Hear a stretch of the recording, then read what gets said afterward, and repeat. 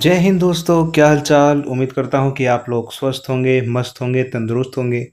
अपनी हेल्थ का, अपनी फैमिली का और सबसे ज़रूरी चीज़ अपनी स्टडी का, अपने एजुकेशन का बहुत अच्छी तरह से आप लोग ध्यान रख रहे होंगे। मैं प्रिंस कुमार आप सबका तहे दिल से स्वागत करता हूँ आपके अपने यूट्यूब चैनल जिसका नाम है NCERT बाय प्रिंस कुमार।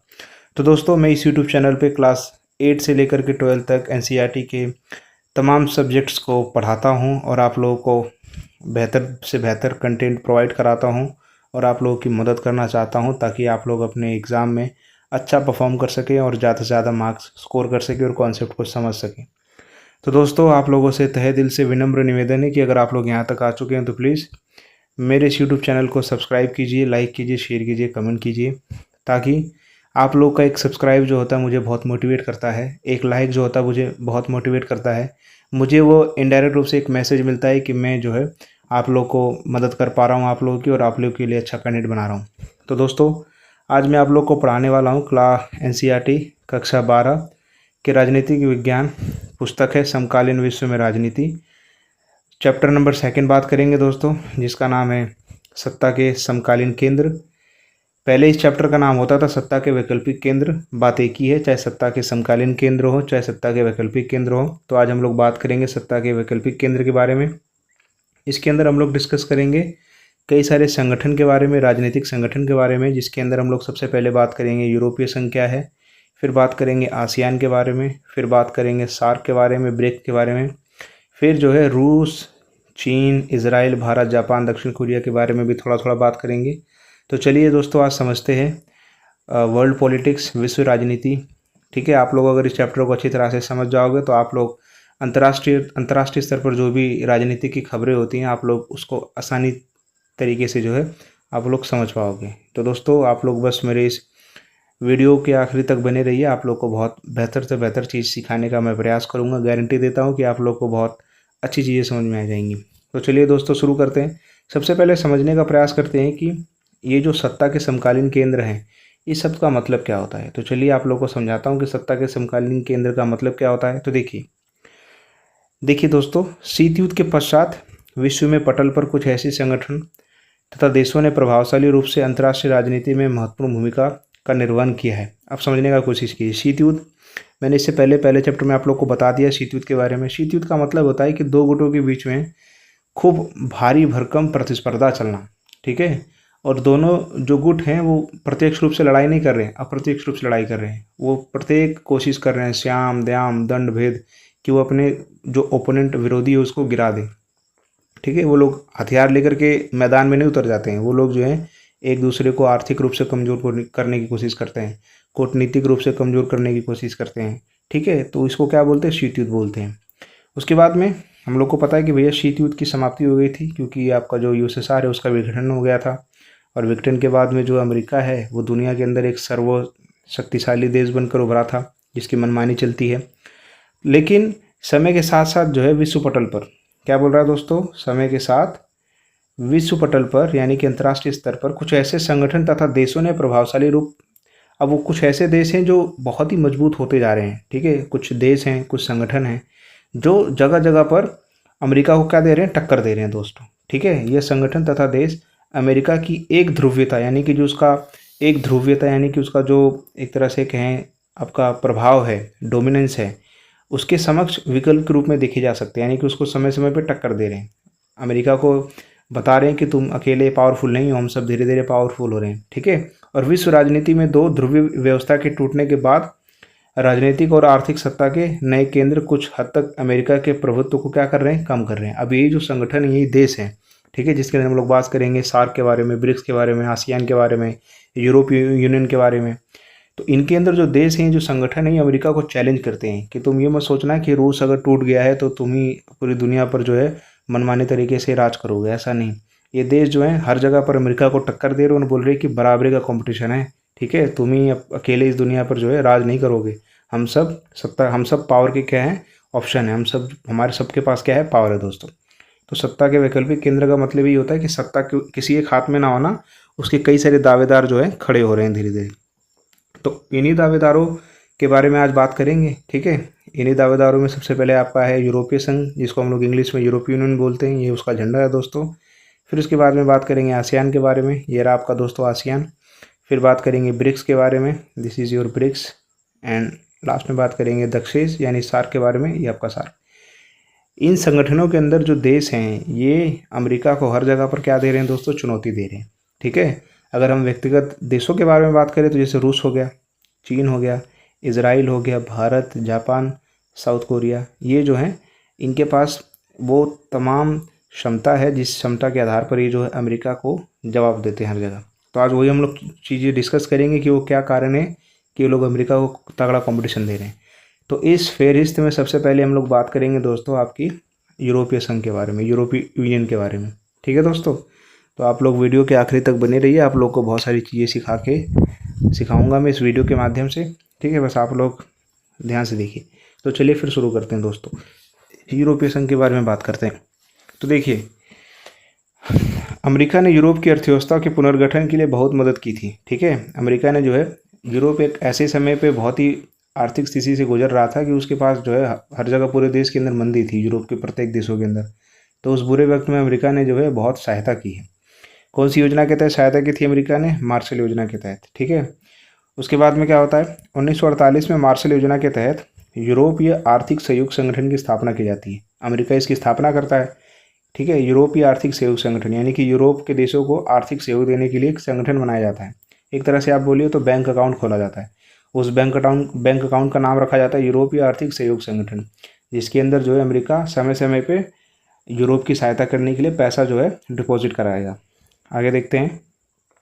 उसके बाद में दोस्तों, जिसके माध्यम से पश्चिमी यूरोप के देशों को, अब हम लोग को पता है कि अमेरिका ने जो है जब नाटो बनाया था तो नाटो के अंदर कौन कौन से देश थे? आपके नाटो के अंदर पश्चिमी यूरोपीय देश ज़्यादा थे, जिसके अंदर फ्रांस था, जर्मनी था, इटली था, ये तमाम देश ही थे उसके अंदर। ठीक है, वही पश्चिमी यूरोप को आर्थिक मदद देने के लिए अमेरिका ने क्या बनाया? आर्थिक मदद देने के लिए अमेरिका ने जो है दोस्तों 1948 में क्या बनाया? मार्शल योजना के तहत यूरोपीय आर्थिक सहयोग संगठन। ठीक है, हाँ, तो अमेरिका कोई अपने ये सामाजिक भाव के लिए नहीं कर रहा है, सोशल वेलफेयर के लिए नहीं कर रहा है, ये अपने आप को, अपनी स्थिति को मजबूत करने के लिए कर रहा है। ठीक है, ताकि वो जो है इन देशों पे अपना राज कायम कर सके। उसके बाद में देखिए, उसके बाद में 1957 में 6 देशों, फ्रांस है, पश्चिमी जर्मनी है। हमें पता है कि शीत युद्ध के दौरान में जर्मनी 2 भागों में बट गया था, पूर्वी जर्मनी और पश्चिमी जर्मनी। और जब यूएसएसआर का विघटन होता है तो जर्मनी की दीवार को तोड़ दिया जाता है। और कौन सा देश है दोस्तों? इटली, बेल्जियम, नीदरलैंड और लग्जमबर्ग ने रोम संधि के माध्यम से यूरोपीय आर्थिक समुदाय और यूरोपीय एटमी ऊर्जा समुदाय का क्या कर दिया? गठन कर दिया। ये वो तमाम देश थे जो अमेरिका के नाटो में थे और नाटो को सपोर्ट करते थे। और ये किसके खिलाफ थे दोस्तों? यूएसएसआर के खिलाफ थे। इन्हीं को अपने पक्ष में रखने के लिए, इन पे लगाम बनाने के लिए अमेरिका जो है समय से इनको पैसे देता था यूरोपीय आर्थिक सहयोग संगठन की सहायता से। आगे बढ़ते हैं, यहाँ तक उम्मीद करता हूँ कि कहानी समझ में आ गई होगी आपको। उसके बाद में जून 1979 में यूरोपीय पार्लियामेंट के गठन के बाद यूरोप की एक पार्लियामेंट बनती है दोस्तों। यूरोपीय आर्थिक समुदाय ने राजनीतिक स्वरूप लेना शुरू कर दिया। अब देखिए, यूरोप के अंदर कई सारे देश आते तो उन्होंने बोला कि भाई हम क्यों ना एक पार्लियामेंट बनाएं। ठीक है, अब ये पार्लियामेंट जो होती है राजनीतिक स्वरूप लेना शुरू कर देती है। उसके बाद में फरवरी 1992 में एक संधि साइन की जाती है जिसको बोलते हैं maastricht संधि के द्वारा यूरोपीय संघ का क्या होता है? गठन होता है। तो यूरोपीय संघ कब बनता है? यूरोपियन यूनियन आपका बनता है सन 1992। एक नंबर में सवाल पूछ लेगा कि कौन सी संधि के अनुसार बना था, तो आपकी संधि का नाम क्या था दोस्तों? जो संधि था उसका नाम था आपका maastricht संधि। ठीक है, उसके बाद में वर्तमान में यूरोपीय संघ या यूरोपीय यूनियन के अंदर कितने देश है? 27 देश है। ठीक है, उम्मीद करता हूँ कि आप लोग को जो कहानी है कि यूरोपीय संघ कैसे बना, ठीक है, क्यों बनाया गया इसको, वो क्लियर होगी। आगे देखते हैं। अब देखिए अमेरिका को किस तरह से टक्कर देता है। अमेरिका ने इसको बनाया था और अमेरिका को आगे चलकर ये टक्कर देता है। उसके बाद में देखिए यूरोपीय संघ के सदस्य देश। ठीक है, यूरोपीय संघ के सबसे पुराने सदस्य कौन है? Austria, Belgium, Denmark, Finland, France, Germany, Greece, Ireland, Italy, Luxembourg, Malta, Netherland, पुर्तगाल, स्वीडन, स्पेन। ये सब क्या हैं? पुराने सदस्य हैं। ये तब के सदस्य हैं जब यूरोपीय संघ ने का गठन किया गया था। ठीक है, उसके बाद में ब्रिटेन ने यूरोपीय संघ से जून 2016 में एक जनमत संग्रह के द्वारा अलग होने का निर्णय किया, जिसे ब्रेग्जिट कहा जाता है। ब्रिटेन जो है 2016 के अंदर जो है ब्रेग्जिट की सहायता से जो है वो यूरोपियन यूनियन से अलग हो जाता है। ये यूरोपीय संघ का सदस्य नहीं है। जनवरी 2020 में यूरोपीय संघ से अलग हो गया। यह पुराने सदस्यों में से एक सदस्य था। ब्रिटेन हाल ही में अलग हुआ था दोस्तों, यूरोपियन यूनियन से, ठीक है। वो बोलता है कि मैं यूरोपियन यूनियन का हिस्सा नहीं हूँ अब। उसके बाद में कुछ नए सदस्य यूरोपियन यूनियन के अंदर जुड़े हैं दोस्तों, जैसे कि एस्तोनिया, लातविया, लिथुआनिया, पोलैंड, चेक गणराज्य, Romania, Slovakia, Hungary, Croatia, Bulgaria, Cyprus और स्लोवेनिया। यूरोपीय संघ के सदस्य देशों की वर्तमान में संख्या कितनी है? 27 है, ठीक है। ये तो हो गया आप लोगों का कौन कौन से सदस्य हैं, ठीक है, कौन नया है कौन पुराना है। अब देखिए यहाँ से असली खेल शुरू होने वाला है कि यूरोपीय संघ जो है इतना मजबूत कैसे हो गया, ऐसी क्या खासियत आ गई कि वो जो है अमेरिका को टक्कर देने लग गया। तो देखते हैं यूरोपीय संघ के गठन के उद्देश्य, इसको क्यों बनाया गया था, क्या इनको जो है ज़रूरत पड़ गई थी यूरोपीय संघ बनाने की। तो देखते हैं इसको।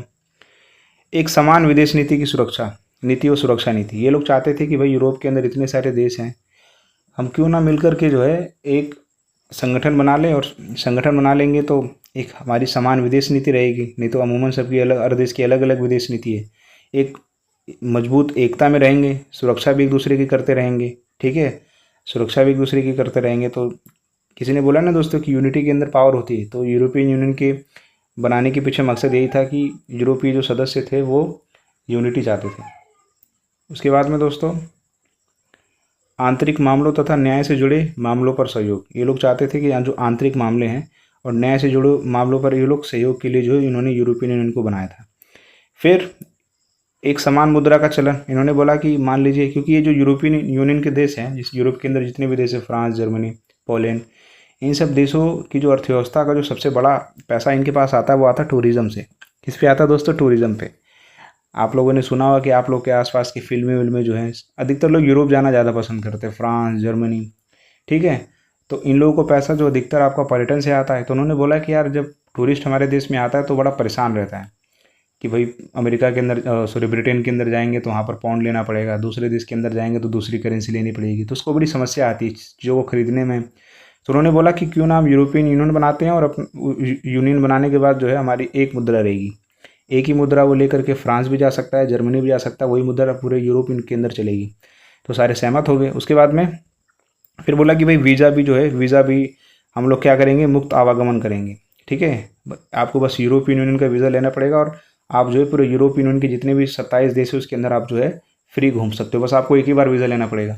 नहीं तो इससे पहले टूरिस्ट को क्या करना पड़ता था दोस्तों, फ्रांस गया तो फ्रांस का वीज़ा, जर्मनी गया तो जर्मनी का वीज़ा, पोलैंड गया तो पोलैंड का वीज़ा, ठीक है। तो इन सब समस्याओं का समाधान निकालने के लिए जो है यूरोपीय संघ का क्या किया गया था दोस्तों, गठन किया गया था। उम्मीद करता हूँ कि आप लोग को ये समझ में आ गया होगा। अब थोड़ी सी विशेषताएं समझ लेते हैं, यूरोपीय संघ की विशेषताएं। तो देखिए सबसे पहली विशेषता क्या है, यूरोपीय संघ ने जो है आर्थिक सहयोग वाली संस्था से बदलकर राजनीतिक संस्था का रूप ले लिया था। कभी जो है अमेरिका ने जो है यूरोप की स्थापना की थी, लेकिन बाद में चल कर के जो यूरोप है वो अमेरिका को जो है चैलेंज करने लग जाता है कि भाई ये जो है आप लोग मतलब हस्तक्षेप मत कीजिए, ठीक है। तो इस तरह से जो यूरोपीय संघ जो है आर्थिक सहयोग वाली संस्था न बल्कि राजनीतिक संस्था बन जाता है। उसके बाद में दोस्तों ये आप देखिए मैप है आपका यूरोप का, ठीक है। नेक्स्ट बढ़ते हैं आगे, क्या है उसके बाद में, यूरोपीय संघ एक विशाल राष्ट्र राज्य की तरह कार्य करने लग गया, ठीक है।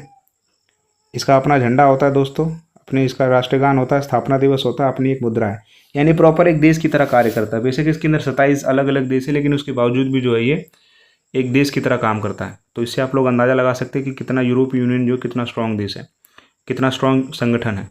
अन्य देशों से संबंधों के मामले में इसने काफ़ी हद तक साझी विदेश और सुरक्षा नीति बना रखी है, ठीक है। और अगली विशेषता क्या है इसकी, यूरोपीय संघ का झंडा 12 सोने के सितारों के घेरे के रूप में वहाँ के लोगों की क्या दिखाता, पूर्णता, समग्रता, एकता और मेल मिलाप का प्रतीक है। जो आप झंडा देख रहे हैं ना, ये 12 अलग अलग सितारे जो हैं ये यूनिटी का जो है प्रतीक है दोस्तों। किसका प्रतीक है? यूनिटी का प्रतीक है। तो ये थी आपकी यूरोपीय संघ की विशेषताएं। अब यूरोपीय संघ को ताकतवर बनाने की क्या क्या बातें, क्या क्या खासियत है जो अमेरिका को ये टक्कर देने लग गया, तो इसको यहाँ देखते हैं दोस्तों। तो सबसे पहली चीज़ भैया, 2005 में दुनिया की सबसे बड़ी अर्थव्यवस्था थी। इसका सकल घरेलू उत्पाद जिसको जीडीपी बोला जाता है, अमेरिका से भी क्या था दोस्तों, ज़्यादा था, ठीक है। तो अमेरिका को अब इस बात पर डर लगने लग गया। उसके बाद में इसकी जो मुद्रा है यूरो, अमेरिकी डॉलर के प्रभुत्व के लिए खतरा बन गई है, ठीक है। यूरो जो है मजबूत हो जाता है कभी कभी अमेरिकी डॉलर से, तो इस बात पे भी अमेरिका को घबराहट होने लग जाती है। विश्व व्यापार में इसकी हिस्सेदारी जो है अमेरिका से कितनी है, 3 गुना ज़्यादा है, यानी कि अमेरिका जितना व्यापार करता है उसका 3 गुना जो है दुनिया जो है यूरोपीय संघ के देशों से व्यापार करती है। तो कितना इंपॉर्टेंट रोल प्ले करता है। मान लीजिए कि यूरोपीय यूनियन के देश अगर व्यापार करना बंद कर दे तो पूरी दुनिया जो है परेशान हो जाएगी। उसके बाद में इसकी आर्थिक शक्ति का प्रभाव जो है यूरोप, एशिया और अफ्रीका के देशों पर है। ठीक है, इसका जो आर्थिक शक्ति का प्रभाव है यूरोप, एशिया के देशों पर है। उसके बाद में हमें भूलना नहीं चाहिए दोस्तों कि दुनिया पर जो है यूरोप के देशों ने ही राज किया है, चाहे वो भारत हो, चाहे आपका खुद स्वयं अमेरिका हो, चाहे ऑस्ट्रेलिया हो। तो यूरोप के फ्रांस, पुर्तगाली, डच, ब्रिटेन, इन लोगों ने पूरी दुनिया के ऊपर शासन किया है। तो इस तरह से इनका आर्थिक प्रभाव बहुत ज़्यादा है। ये विश्व व्यापार संगठन के अंदर एक महत्वपूर्ण समूह के रूप में कार्य करता है। जो आपका विश्व व्यापार संगठन है, वर्ल्ड ट्रेड ऑर्गेनाइजेशन, उसके अंदर जो है इसकी बहुत जो है इसका प्रभुत्व है दोस्तों, यूरोपियन संघ का। इसकी बातों को माना जाता है वहाँ पे। ठीक है, उसके बाद में अगली क्या विशेषता जिसकी वजह से अमेरिका को खतरा है, ये खतरा समझता है। नेक्स्ट है आपका इसका एक सदस्य देश जो फ्रांस है ना दोस्तों, सुरक्षा परिषद का क्या है, स्थायी सदस्य है। ठीक है, जो यूनाइटेड नेशन का जो आपका यूनाइटेड नेशन सिक्योरिटी काउंसिल, उसके अंदर जो वीटो धारित एक देश है फ्रांस। ठीक है, इसके चलते यूरोपीय संघ जो है अमेरिका समेत सभी राष्ट्रों की नीतियों को क्या करता है, प्रभावित करता है। कभी भी जो मान लीजिए कि यूरोप के किसी देश के खिलाफ नीतियाँ बनाई जाती है ना यूनाइटेड नेशन के अंदर, तो जो फ्रांस है वो क्या करता है कि वीटो कर देता है। वीटो करने से क्या होता है कि वो नीति जो होती है वहीं पर ख़त्म हो जाती है। उसके बाद में देखिए यूरोपीय संघ सदस्य देश फ्रांस परमाणु शक्ति संपन्न है। अब जो फ्रांस है, ठीक है, वो क्या है, परमाणु शक्ति संपन्न है। तो ये भी एक प्लस पॉइंट है। अधिराष्ट्रीय संगठन के तौर पर यूरोपीय संघ और आर्थिक, राजनीतिक और सामाजिक मामलों में दखल देने में सक्षम है। अंतर्राष्ट्रीय स्तर पर कोई भी प्रॉब्लम वगैरह आती है तो ये देश वगैरह जो है ये प्रॉपर जो है हस्तक्षेप करते हैं। ठीक है, हाँ, अमेरिका की जो है ये मनमानी नहीं सहने देते ये लोग। उसके बाद में ये कुछ विशेषता हैं जिसकी वजह से जो है इसको अमेरिका का एक तरह से प्रतिद्वंदी देखा जाता है यूरोपीय संगठन को। ठीक है दोस्तों, कुछ कमजोरियां भी होती हैं दोस्तों। इंसान के पास अगर कुछ पावर है तो कुछ कमजोरियां भी होती हैं। ये तो चीज़ हम लोग को माननी पड़ेगी, क्योंकि सिक्के के क्या होते हैं, दो पहलू होते हैं। तो क्या कमजोरियां हैं दोस्तों, यूरोपीय संघ की कमजोरियां या सीमाएं क्या क्या हैं, उसको एक बार देख लेते हैं। तो भाई सबसे पहले तो देखिए इसके सदस्य देशों की अपनी विदेश नीति और रक्षा नीति है, जो कई बार एक दूसरे के क्या हो जाती है, खिलाफ हो जाती है। जैसे इराक पर हमले के मामले में, जब इराक सद्दाम हुसैन पर हमला किया गया था तो यूरोप संघ के कुछ देश बोलते थे कि भाई हमला बिल्कुल जायज़ है, और कुछ देश बोलते थे कि नहीं, हमला गलत कर दिया। तो आपस में इन देशों के बीच में जो है दो गुट बन जाते हैं, कुछ सपोर्ट करते हैं तो कुछ विरोध करते हैं। आगे देखिए, यूरोप के कुछ हिस्से में यूरो मुद्रा को लागू करने को लेकर नाराजगी है। कई सारे देश जो हैं वो बोलते हैं कि आपने यूरो जो है ज़बरदस्ती हम पे लागू किए। तो इस बात पे भी जो है इन 27 देशों के बीच में मनमुटाव रहता है। डेनमार्क और स्वीडन ने मॉस्ट्रिच संधि और साझी यूरोपीय मुद्रा यूरो को मानने का विरोध किया है। वो मना ही करते हैं कि भाई हम यूरो मुद्रा को नहीं मानेंगे, हम अपनी करेंसी चलाएंगे। यूरोपीय संघ के कई सदस्य देश अमेरिकी गठबंधन में थे। ठीक है, कुछ देश हैं जो अमेरिका से अभी भी बहुत ज़्यादा उनको लगाव है। ठीक है, यूरोपीय संघ में इतना दिलचस्पी नहीं दिखाते हैं। तो ये कुछ कमजोरियां हैं जो यूरोपीय संघ को जो है पूर्ण रूप से शक्तिशाली बनने में बाधा डालती है। अगला क्या देखिए, ब्रिटेन ने जो है यूरोपीय संघ से 2016 में एक जनमत संग्रह के द्वारा अलग होने का निर्णय लिया, जिसे ब्रेक्जिट कहा जाता है। ब्रिटेन अब यूरोपीय संघ का सदस्य नहीं है। यूरोपीय यूनियन का सबसे स्ट्रॉन्ग सदस्य था आपका ब्रिटेन। ठीक है, लेकिन वही 2016 के अंदर बाहर निकल जाता है। तो उसके बाहर निकलने के बाद जो है बाकी देश भी के मन में भी जो एक संदेह आ जाता है कि भैया कुछ कमी रही होगी तभी तो ब्रिटेन बाहर निकला है। तो ये एक तरह से माइनस पॉइंट है। तो ये आप लोगों के कुछ रीजंस थे जिसकी वजह से जो है यूरोपीय संघ को ये देखिए यूरोप का मैप है, यूरोपीय संघ को विश्व में एक सत्ता का क्या माना जाता है दोस्तों, समकालीन केंद्र माना जाता है। ठीक है, इन विशेषताओं के आधार पर। अब हम बात करेंगे दोस्तों आसियान के बारे में। किसके बारे में बात करेंगे, आसियान के बारे में। ठीक है, आसियान का मतलब होता है कि दक्षिण पूर्व एशिया राष्ट्रों का संगठन। ठीक है, दक्षिण पूर्व एशिया राष्ट्रों का संगठन, जिसके अंदर आपका आता है इंडोनेशिया, मलेशिया, चाइना, ठीक है, वियतनाम, इन देशों को, क्योंकि दक्षिण पूर्व में और एशियाई देश हैं इसलिए इनका नाम क्या रखा गया है, आसियान, दक्षिण पूर्व एशिया राष्ट्रों का संगठन। ठीक है, ये आपका दोस्तों आसियान का जो है झंडा है, प्रतीक है। तो अब आसियान की बात करेंगे कि भाई आसियान के पास वो क्या खासियत है, वो क्या विशेषता हैं जिसके आधार पर जो है उसको अमेरिका का एक तरह से प्रतिद्वंदी माना जाता है, या फिर विश्व में एक जो है सत्ता का केंद्र माना जाता है। ठीक है, इसको भी एक बार समझ लेते हैं बहुत बेहतर तरीके से। तो चलिए फिर शुरू करते हैं, इसको एक बार शुरू करते हैं दोस्तों। तो देखिए अगस्त 1967 में इस क्षेत्र के 5 देशों, यानी कि जो दक्षिण पूर्व एशिया के 5 देशों जैसे Indonesia, Malaysia, Philippines, Singapore, Thailand ने भैया घोषणा पत्र, जिसको बोलते हैं बैंकॉक घोषणा पत्र पर क्या कर दिया, हस्ताक्षर कर दिया और आसियान की स्थापना कर दी। इन 5 देशों को आसियान का संस्थापक देश बोला जाता है। इन्होंने वही बोला कि चलो मिलकर के एक संगठन बनाते हैं। तो ये बैंकॉक में इकट्ठा हुए 1967 में, और वहाँ पर एक हस्ताक्षर पर इन्होंने साइन कर दिया, जिसके बाद से जो आसियान की क्या होगी दोस्तों, स्थापना होगी। ठीक है। उसके बाद में देखिए नेक्स्ट देखिए नेक्स्ट क्या है। बाद में Brunei, Darussalam, Vietnam, Laos, Myanmar, Cambodia को शक्ति को शामिल किया गया और उनकी सदस्य संख्या कितनी होगी, 10 होगी। पहले ये लोग थे 5, फिर 5 बाद में और जोड़े गए। ठीक है। तो एक बार जो है सदस्य देश देख लेते हैं आसियान के, एक एक करके।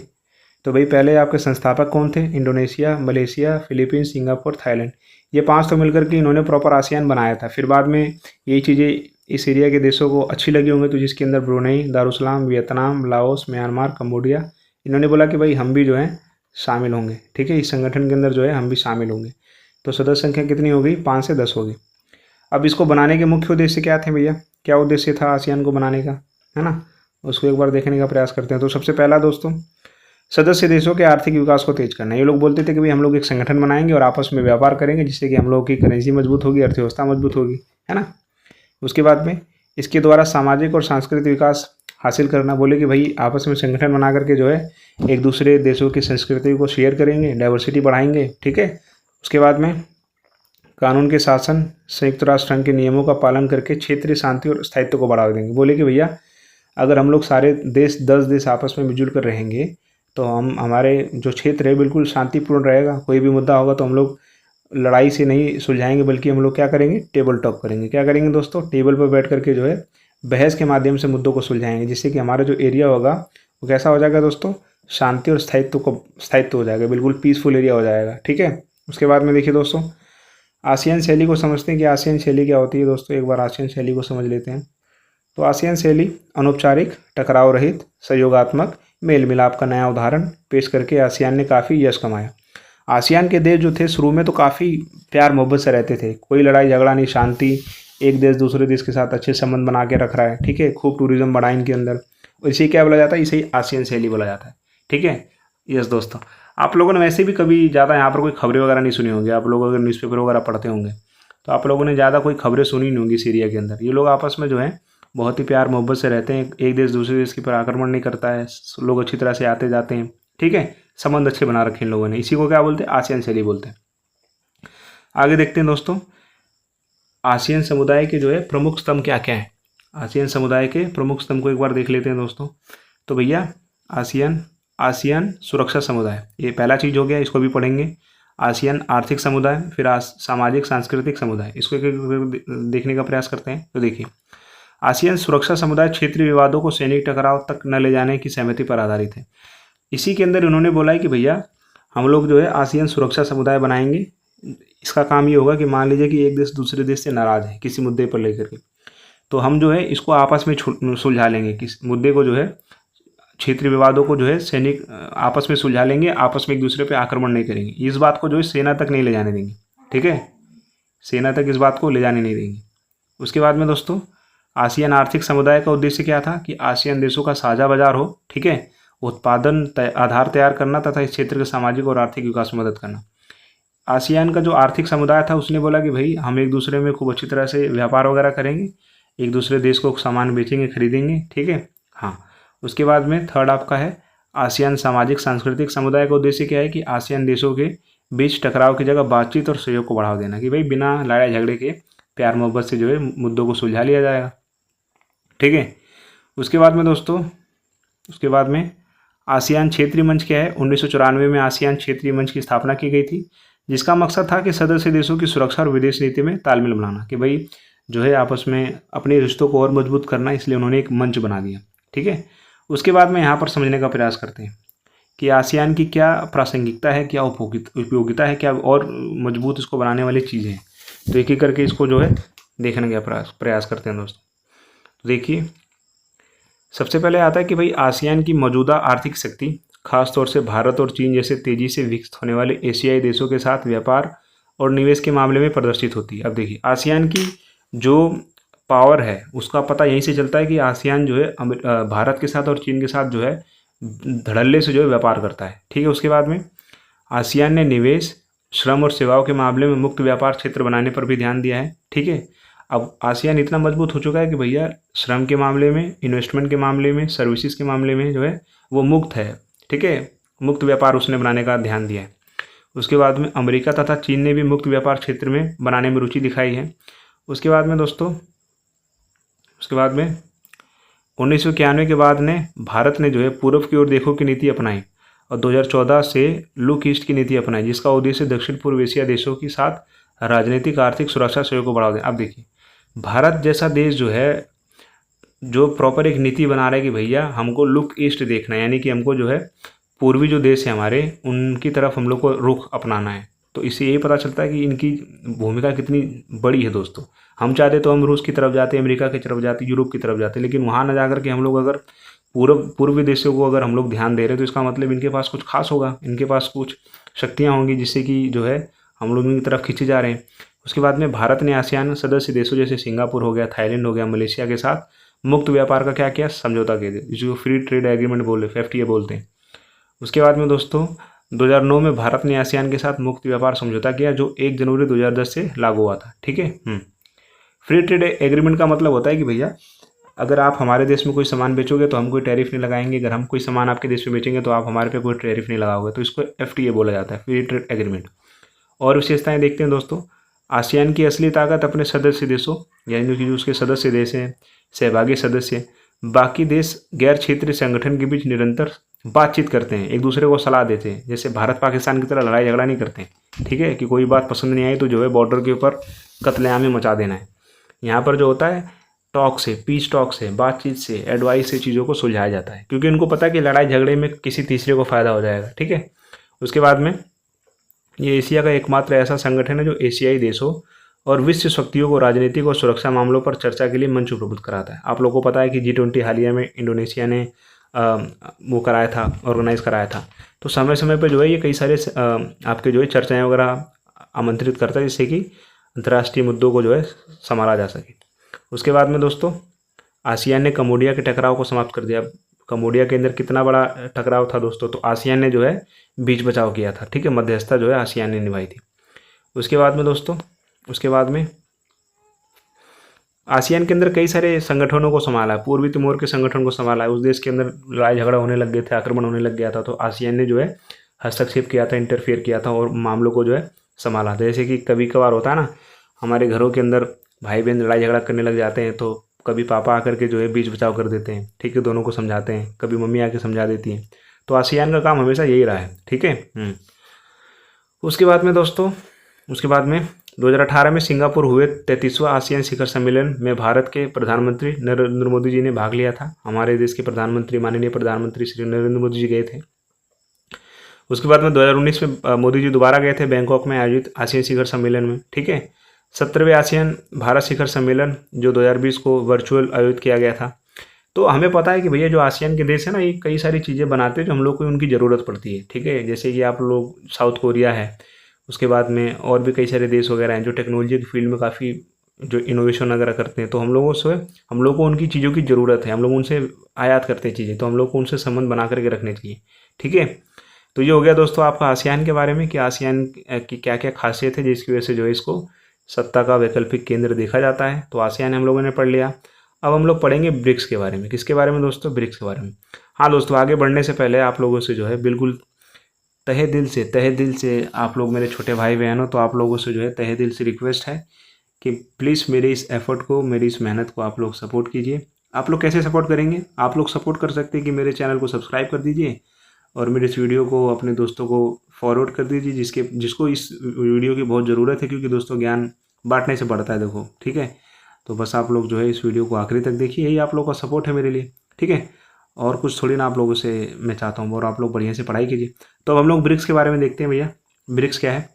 तो भैया ब्रिक्स का मतलब ईट नहीं, ब्रिक्स एक संगठन है। ठीक है, इस संगठन के अंदर कौन कौन से देश आते हैं? तो सबसे पहले आपका आता है ब्राज़ील। बी का मतलब ब्राज़ील, आर का मतलब रशिया, आई का मतलब इंडिया, सी का मतलब चाइना एंड एस का मतलब साउथ अफ्रीका। इन देशों को जोड़ करके क्या बनाया? ब्रिक्स बनाया दोस्तों। ठीक है।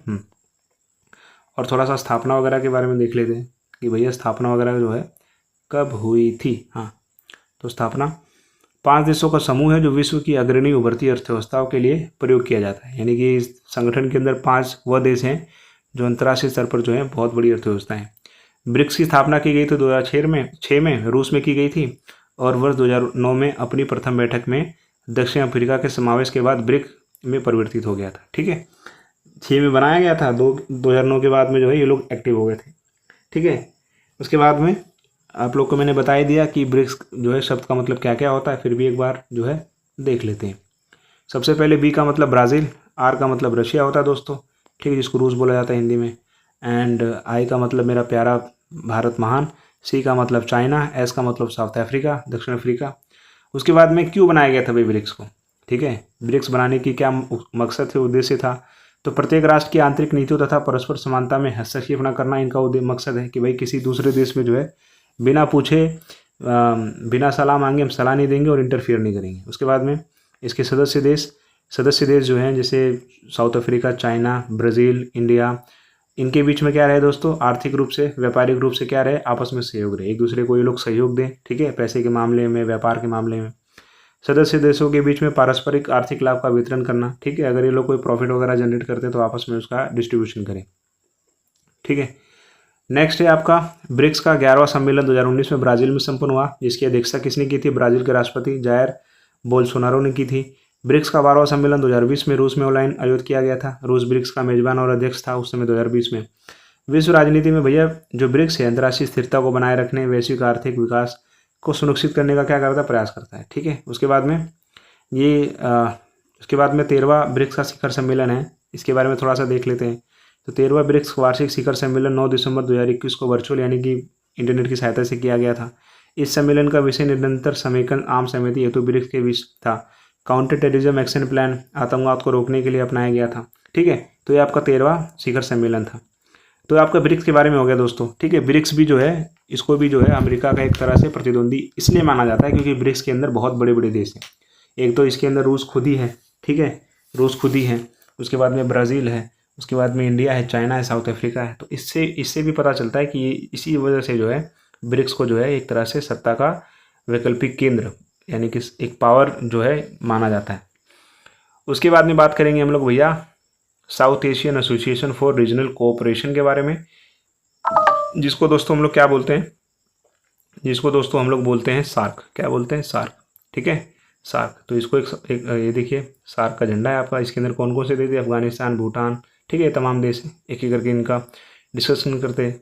तो स्थापना कब हुई थी दोस्तों, 8 दिसंबर 1985 में। ठीक है, कहाँ हुई थी, ढाका, यानी कि बांग्लादेश। अभी तो बांग्लादेश की हालत बहुत ख़राब चल रही है, तो ढाका में जो है इसकी स्थापना की गई थी 8 दिसंबर 1985 को। सदस्य देश कौन कौन है, तो भारत है इसके अंदर, बांग्लादेश है, भूटान है, नेपाल है, श्रीलंका है, मालदीव है, अफगानिस्तान है। ठीक है, 2007 में अफगानिस्तान इसका सदस्य बना था। उसके बाद में दोस्तों, उसके बाद में नेक्स्ट उद्देश्य क्या है इसको बनाने का, सेम है, क्षेत्रीय सहयोग को बढ़ावा देना, एक देश दूसरे देश की मदद करे। ठीक है, आर्थिक सहयोग को बढ़ावा देना कि आप अच्छी तरह से व्यवहार वगैरह कर सके हम लोग आपस में। दक्षिण एशिया देशों को कल्याण को बढ़ावा देना कि भैया हम इस वाले जो एरिया के लोग हैं, ठीक है, अब ये लोग बहुत विकसित हों, ठीक है, बहुत विकसित हों, खुशहाल रहें। उसके बाद में सांस्कृतिक विकास, एक देश दूसरे देश की संस्कृति को अपनाएं, सांस्कृतिक विविधता हो। तो अब सबसे पहले आता चुनौती कि भैया जो ये सार्क है इसके सामने चुनौती क्या है, क्या क्या प्रॉब्लम आती है। उसके बाद में सार्क, सबसे पहले तो भैया सार्क देशों की जो बैठक है बिल्कुल कम होती है। आप लोगों ने वहीं पर देखा कि जो आसियान के देश हैं वो हर साल बैठक वगैरह आयोजित करते हैं, लेकिन सार्क के देश जो हैं कभी बैठक ही आयोजित नहीं करते हैं। जब बैठक ही नहीं होगी तो एक देश दूसरे देश को जानेगा कैसा, एक नेता दूसरे नेता से बात कैसे करेगा। ठीक है, उसके बाद में 15 से 16 नवंबर 2016 को 19वां सार्क शिखर सम्मेलन इस्लामाबाद में आयोजन किया जाता तय था। एक और चीज़ याद रखिएगा, पाकिस्तान भी इसका क्या है, सदस्य है। ठीक है, पाकिस्तान सदस्य है, इसलिए ये जो संगठन है ठीक से चल नहीं पाता। जहाँ जहाँ पाकिस्तान आता है वहाँ पे मामला जो है ख़राब हो जाता है। ठीक है, पाकिस्तान की वजह से जो है चीज़ें ठीक नहीं चल पाती हैं। उसके बाद में कश्मीर में हुए आतंकवादी उरी हमले के विरोध में भारत ने इस सम्मेलन का क्या कर दिया था, बहिष्कार कर दिया था। बांग्लादेश, अफगानिस्तान, भूटान, मालदीव और श्रीलंका ने भी सम्मेलन में भाग नहीं लिया था। ठीक है, पाकिस्तान का सबने विरोध किया था। उसके बाद में एक चीज़ बना है SAFTA, south Asia free trade agreement. ये क्या है, इसको एक बार समझ लीजिए, 1 नंबर 2 नंबर में आ सकता है। तो भैया वही आप लोग को बताया था, फ्री ट्रेड एग्रीमेंट का मतलब होता है कि किसी दो देश के बीच में बिना किसी टैरिफ के, ठीक है, बिना किसी ड्यूटी के जो है व्यापार करना। तो साउथ एशिया के देशों के बीच में जो है मुक्त व्यापार, किसी भी प्रकार का टैक्स नहीं लगाया जाना, किसी भी प्रकार का कस्टम ड्यूटी नहीं लगाया जाना। ठीक है, पढ़ लेते हैं एक बार। जनवरी 2004 में आयोजित 12वें शिखर सम्मेलन में सार्क देशों ने ऐतिहासिक दक्षिणी एशिया मुक्त व्यापार समझौते पर क्या किया, हस्ताक्षर किया। 1 जनवरी 2006 से प्रभावी हुआ। इस समझौते के 2 मुख्य उद्देश्य थे, 2 मकसद थे इसको बनाने के। पहला मकसद क्या था दोस्तों, कि दक्षिण एशिया के क्षेत्र मुक्त व्यापार संबंधी बाधाओं को दूर करना। ठीक है, नहीं तो इससे पहले क्या होता था कि मान लीजिए कि भारत कोई सामान बांग्लादेश के अंदर भेज रहा है, तो बांग्लादेश की सरकार जो हमारे सामान पर बहुत ज़्यादा टैक्स लगा देती थी, जिसकी वजह से वो सामान जो उस बांग्लादेश के अंदर बहुत महंगा बिकता था, जिसकी वजह से भारत के सामान को कोई खरीदता नहीं था। तो इन्होंने क्या बोला कि भाई देखो, दूसरा देश अगर सामान भेज रहा है, ठीक है, तो हम उस पर कोई टैक्स नहीं लगाएंगे। जब टैक्स नहीं लगाएंगे तो उस सामान की कीमत उतनी रहेगी जितना वहाँ से भेजा गया है। ठीक है, मान लीजिए कि भारत ने जो है कोई 5 रुपये का कोई पेन जो है बांग्लादेश के अंदर भेजा है बेचने के लिए मार्केट के अंदर, तो बांग्लादेश जो है उस 5 रुपये के पेन पे 1 भी रुपया अपना टैक्स नहीं लगाएगी। तो जब नहीं लगाएगी तो 5 रुपये का पेन बांग्लादेश की मार्केट में 5 रुपये का ही बिकेगा। लेकिन इससे पहले क्या होता था, इससे पहले होता था कि 5 रुपये के पेन पे बांग्लादेश सरकार 2 रुपये का टैक्स लगा देती थी। तो वो पेन की कीमत क्या होगी, 7 रुपये होगी। तो 7 रुपये में थोड़ी ना कोई भारत का पेन खरीदेगा, जबकि बांग्लादेश में जो है 4-4, 5-5 रुपये के पेन बिक रहे हैं। तो वहाँ की जनता तो 5 रुपये वाला पेन ही खरीदेगी, भारत वाला पेन क्यों खरीदेगी। ठीक है, तो साफ्टा जो है वो बोलता है कि भाई मुक्त व्यापार होना चाहिए, किसी भी प्रकार का कोई टैक्स टूक्स नहीं लगना चाहिए। ठीक है, ये देखिए लिखा हुआ है यहाँ पे, व्यापार एवं प्रशुल्क प्रतिबंधों के सभी प्रकारों को क्या कर दिया गया, समाप्त कर दिया। ठीक है, और अधिक उदार व्यवस्था देखा, थोड़ा दिल बड़ा कीजिए, ये बोला गया। उसके बाद में सार्क की कुछ अचीवमेंट्स भी रही हैं दोस्तों, उपलब्धियां भी रही हैं। ठीक है, उसको एक बार देखने का प्रयास करते हैं कि भाई सार्क की क्या है, क्या क्या उपलब्धियां रही हैं। तो फर्स्ट ऑफ ऑल क्या उपलब्धि है, भारत और पाकिस्तान के बीच तनावपूर्ण संबंधों के बावजूद भी द्विपक्षीय स्तर पर समझ और सहयोग को बढ़ावा देने के लिए छोटे देशों के लिए अभी भी उपयोगी संगठन है। ठीक है, पाकिस्तान को छोड़ दिया जाए ना, फिर भी ये जो संगठन है बहुत बढ़िया है। हमारी बांग्लादेश के साथ अच्छी खासी अंडरस्टैंडिंग है, अफगानिस्तान के साथ है, भूटान के साथ है। साफ्टा को बनाकर व्यापार की दिशा में महत्वपूर्ण कदम उठाया गया है। ठीक है, एक दूसरे से अच्छी तरह से व्यापार करते हैं। पर्यावरण के मामले में, आर्थिक विकास और ऊर्जा आदि के मामले में भी जो आपस में क्या रहता है, सहयोग रहता है। ठीक है, उसके बाद में ये हो गया। उसके बाद में एक एक करके जो इन देशों के बारे में समझ लेते हैं। रूस के बारे में सबसे पहले, रूस की विशेषता। ठीक है, ठीक है, उसके बाद में रूस तो अभी भी बेचारा सोचता है कि काश मैं भी जो है मजबूत बन जाऊं, अमेरिका ने जिस तरह से मेरा मतलब पतन कर दिया उस तरह से मैं भी पतन कर दूं। तो देखिए आगे क्या है रूस की विशेषता है। सोवियत संघ के विघटन के पूर्व रूस सोवियत संघ का सबसे बड़ा क्या था, बहुत बड़ा हिस्सा था। 1991 में सोवियत संघ के विघटन के पश्चात रूस सोवियत संघ का क्या था, उत्तराधिकारी बना। वैश्विक पटल पर यह एक शक्तिशाली राज्य है। ठीक है, इसके पास खनिजों, प्राकृतिक संसाधनों तथा गैसों का क्या है, व्यापार भंडार है। परिष्कृत शस्त्रों के विशाल भंडार है इसके पास। ऐसा वैसा कुछ नहीं, रूस को समझिएगा, बहुत मजबूत है। रूस के पास क्या है, परमाणु शक्ति संपन्न राज्य। इसके पास एक दुनिया में सबसे ज़्यादा परमाणु किसके पास है, रूस के पास है। उसके बाद अमेरिका के पास है। यह संयुक्त राष्ट्र संघ सुरक्षा परिषद, जिसे P5 भी कहा जाता है, ठीक है, का एक स्थायी सदस्य है। तो इसकी जो है तूती बोलती है वहाँ पर संयुक्त राष्ट्र संघ के अंदर। उसके बाद में चीन आता है दोस्तों। चीन के बारे में देख लेते हैं, चीन की विशेषताएँ क्या हैं। चीन की विशेषताएँ 1949 में माओ के नेतृत्व में जो है साम्यवादी क्रांति के बाद चीनी जनवादी गणराज्य की स्थापना हुई। ठीक है, उसके बाद में माओ के नेतृत्व में चीन का, जैसे हमारे देश के अंदर गांधी जी हैं उसी तरह से चीन के अंदर माओ हैं। ठीक है, उसके बाद में चीन की विशेषताएं देख लेते हैं, क्या क्या विशेषताएं। चीन ने समाजवादी मॉडल खड़ा करने के लिए विशाल औद्योगिक अर्थव्यवस्था का लक्ष्य रखा। इस उद्देश्य को प्राप्त करने के लिए अपने सारे संसाधनों को उद्योग में लगा दिया इसने। ठीक है, चीन की जो इंडस्ट्रीज बहुत स्ट्रांग है, इसलिए आप लोग देखते हैं कि भारत के अंदर चीन का हर सामान बिकता है। ठीक है, पिन से लेकर के कार तक सब चीन का ही तो है।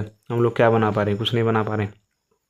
उसके बाद में चीन अपने नागरिकों को रोजगार, स्वास्थ्य सुविधा, सामाजिक कल्याण योजनाओं का लाभ देने के मामले में विकसित देशों से भी आगे निकल गया है, लेकिन बड़ी जनसंख्या विकास में बाधा उत्पन्न कर रही है। ये सब रीज़न है जिसकी वजह से चीन जो है चीन हो गया है। आज चीन जो है अमेरिका की नाक में दम करके रखा हुआ है, जबकि चीन और भारत आसपास में आज़ाद हुए थे। चीन कहाँ पहुँच गया और हम लोग कहाँ रह गए। तो हम लोग को सब चीज़ें सीखने की चाहिए। कृषि परंपरागत तरीकों पर आधारित होने के कारण वहाँ के उद्योगों की ज़रूरत को पूरा नहीं कर पा रही थी। अब चीन में सुधारों की पहल के बारे में एक बार देखने का प्रयास करते हैं दोस्तों। चीन में क्या क्या सुधार हुए उसको एक बार देखने का प्रयास करते हैं। तो देखिए, चीन ने 1972 में अमेरिका के संबंध बनाकर के अपने राजनीतिक और आर्थिक एकांतवास को खत्म कर दिया। 1972 से पहले चीन किसी के साथ व्यापार वगैरह नहीं करता था। चीन जो है अपने देश के अंदर सामान बनाता था और उसके सारा सामान जो है उसी देश के अंदर खत्म हो जाता था, किसी को बेचता नहीं था, किसी से खरीदता नहीं था। ठीक है, एक तरह से दुनिया से कट चुका था।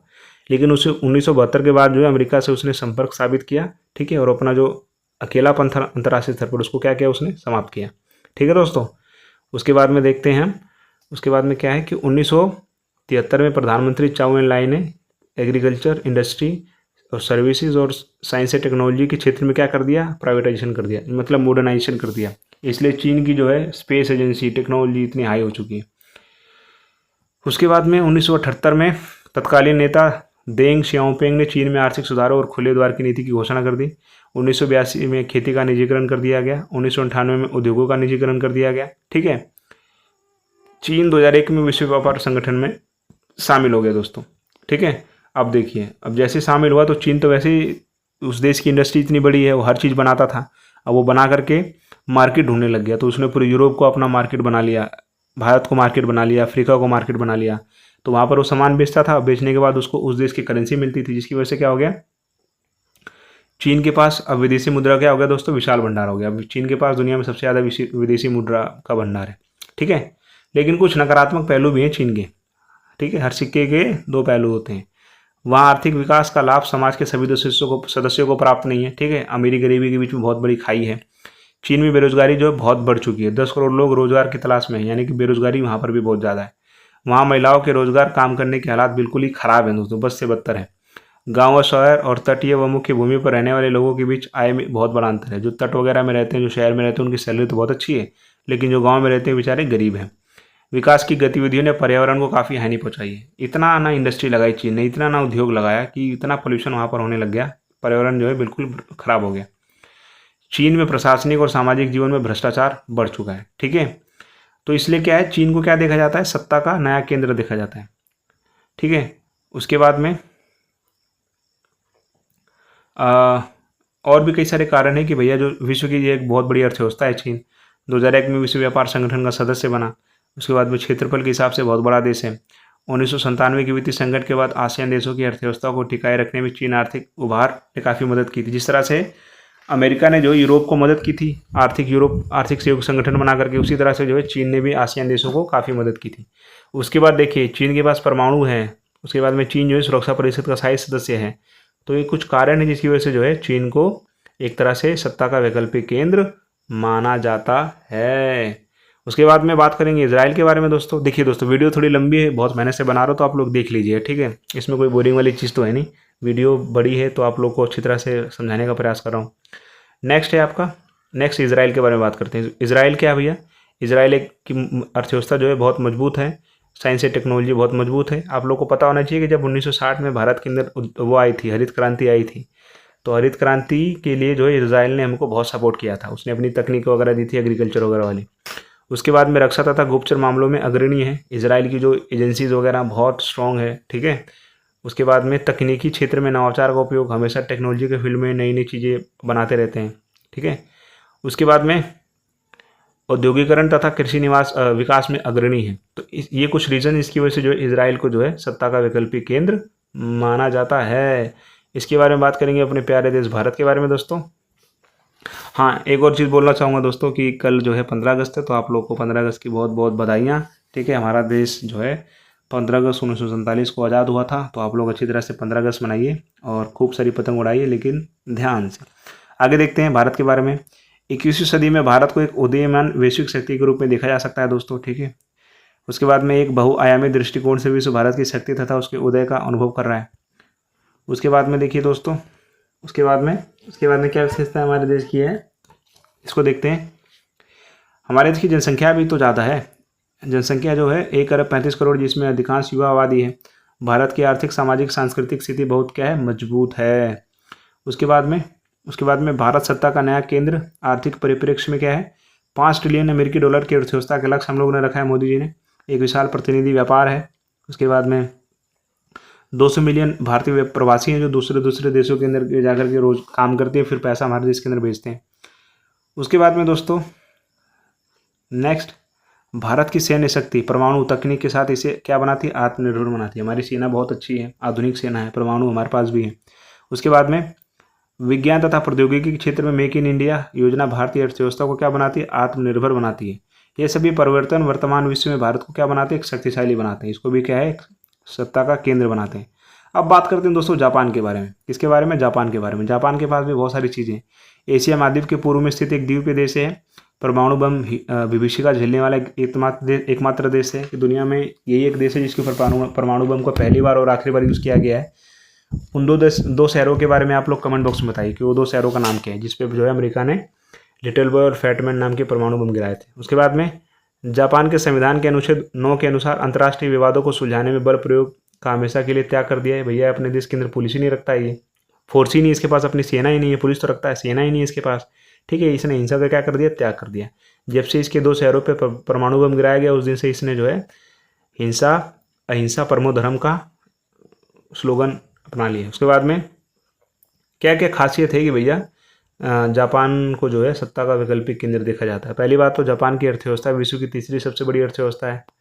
अर्थव्यवस्था बहुत मजबूत है इसकी। उसके बाद में क्या दोस्तों, एशिया के देशों में अकेला जापानी क्या है, जो आपका G7 कंट्रीज होता है उसका सदस्य है। G7 बहुत स्ट्रॉन्ग देशों का संगठन है जिसमें जापान आता है। आबादी के लिहाज से जापान का विश्व में 11वां स्थान है। संयुक्त राष्ट्र संघ के बजट में अंशदान करने के लिहाज से जापान दूसरे सबसे बड़ा देश है। भैया दूसरा सबसे बड़ा देश है जो डोनेशन बहुत देता है। ठीक है, संयुक्त राष्ट्र संघ के अंदर, यूनाइटेड नेशन के अंदर। सैन्य व्यय के लिहाज से विश्व में जापान का 7वां स्थान है। ठीक है, सैन्य में जो है कम पैसा खर्च करता है। 1951 से जापान अमेरिका के साथ क्या है, सुरक्षा संगठन गठबंधन है कि जापान की सुरक्षा कौन करता है? अमेरिका करता है, जिसके बदले में जापान को कुछ है पैसे देने पड़ते हैं अमेरिका को उसकी सुरक्षा करवाने के लिए। अब बात करते हैं दक्षिण कोरिया, साउथ कोरिया के बारे में, जहाँ की BTS बड़े फेमस हो रहे हैं इस समय, है ना। हमारी युवा जनरेशन जो BTS की तो पता नहीं क्या ही फ़ैन हो रखी है। तो चलिए देखते हैं दक्षिण कोरिया के बारे में। तो भाई कोरियाई प्रायद्वीप को द्वितीय विश्व युद्ध के अंत में दक्षिण Korea, Republic of Korea, Uttar Korea, यानी कि वहाँ वही है। उत्तर कोरिया कौन है दोस्तों? कमेंट बॉक्स में बताइए, वहाँ का शासक कौन है ना। किम जोंग यून, तेरे नाम वाले जी हैं। उसके बाद में दक्षिण कोरिया, ये एशिया महाद्वीप में स्थित है। रिपब्लिक ऑफ कोरिया की राजधानी सियोल है, जहाँ से हॉन नदी होकर गुजरती है। ठीक है, सैमसंग यहीं का तो है, साउथ कोरिया का। उसके बाद में 1960 के दशक से 1900 के दशक के बीच में दक्षिण कोरिया का आर्थिक शक्ति के रूप में तेजी से क्या हो गया, विकास हो गया। ठीक है, 1996 में दक्षिण कोरिया किसका बनता है? ऑर्गेनाइजेशन ऑफ इकोनॉमिकल कोऑपरेशन का सदस्य बनता है। 2017 में दक्षिण कोरिया की अर्थव्यवस्था विश्व की क्या थी? 11वीं सबसे बड़ी अर्थव्यवस्था थी। मानव विकास रिपोर्ट यानी कि ह्यूमन डेवलपमेंट रिपोर्ट 2016 के अनुसार विश्व में दक्षिण कोरिया का रैंक कितना था? 18वां था। बहुत अच्छा रैंक था दोस्तों। हम लोग को तो 130 से 140 ही आता है, तो इससे पता चलता है कि दक्षिण कोरिया कितना विकास कर गया है।